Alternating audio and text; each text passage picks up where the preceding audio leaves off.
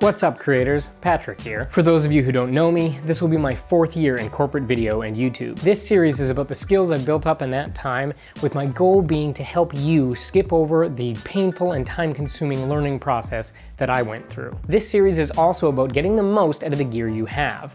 In this first episode, we're going to look at 3 things we can do to make this shot look like this shot using the exact same gear.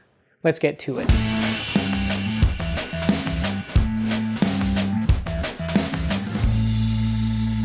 First, let's start out with some basic composition and your location in the frame, because if your video looks boring, it's going to feel boring regardless of the content. So spending a little time making the video look good goes a long way to making it feel good. This helps our eyes and brains not feel bored. A basic starting point is one you've certainly heard of. It's called a rule of thirds, and it's dividing the frame up like this and like this, with the main point being keeping your eyes roughly on this line. A general rule in film, television, and especially interviews is to keep the eye of the person on screen, the eye that is closest to the camera, right on that axis. Many cameras have rule of thirds built in, and if you have a camera that has a flip out screen, you can watch as you're going and make sure, yeah, I'm keeping myself right on those lines. Now you can do centered shots if you want. A lot of the big cats do it, but if you do, you have to know about one more rule, and that is headroom. Headroom is, like it sounds, the amount of room between your head and the edge of the frame.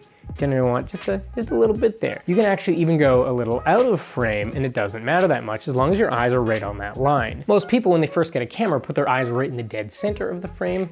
Unfortunately, this just looks kind of silly. Now, rule of thirds and headroom are guides, but if you keep an eye out, you'll notice they apply whether there's 1 person or 2 people or 3 people on screen. That's it for tip 1, on to tip 2, lighting. A mistake almost everybody makes with their first lighting kit is to put all the lights right behind the camera and to just shoot them right at the person talking, because that's what they do on TV, right? Just What's interesting to know is that the job of lighting in film and video is not to simply brighten things up, it's to make things look 3-dimensional, because the screen you're looking at right now is flat.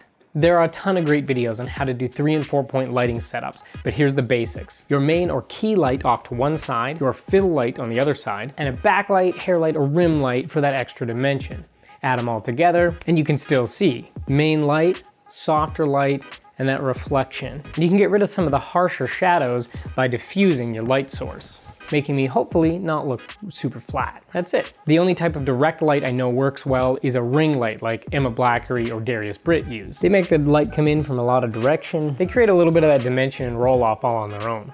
Pretty neat. Lighting is crazy important, so there might be some videos on that in the future. But for now, on to tip number 3. There are tons of reasons to get to know your camera, but here's my number 1 reason. Even the greatest camera on the planet can give you a garbage image if you mess up the wrong setting. The GH4 is one of my favorite cameras, but the picture can look like this with just one setting wrong. The 2 most effective methods that I know for getting to know my gear are 1. Watch YouTube videos like reviews and tutorials on your gear, and 2. Take a bunch of videos of the same thing but with different settings and compare the footage later on your computer. In the bad shot we saw earlier, I was using the camera's settings to bump up the brightness rather than bringing in more lights or opening up my lens aperture. Why they allow the GH4 to go to 6400 ISO, I don't know, but what are you gonna do? Blowing an hour or 2 on some videos and doing some trial and error shots is all it takes, and then all of your future videos will be better. It's less painful than it sounds. Okay, so that's a couple of years worth of knowledge condensed into a few minutes.